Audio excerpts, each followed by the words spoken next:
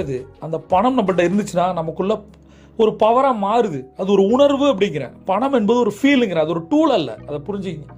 அந்த உணர்வு எப்போ வரும்? நம்மளுடைய மனசில் காதல் இருக்கு, அன்பு இருக்கு, பாசம் இருக்கு, காமம் இருக்கு, எல்லா உணர்வுகளும் இருக்கு. அதுபோல பணம் என்பது ஒரு உணர்வு. அது எப்போ இது நமக்குள்ள வருது?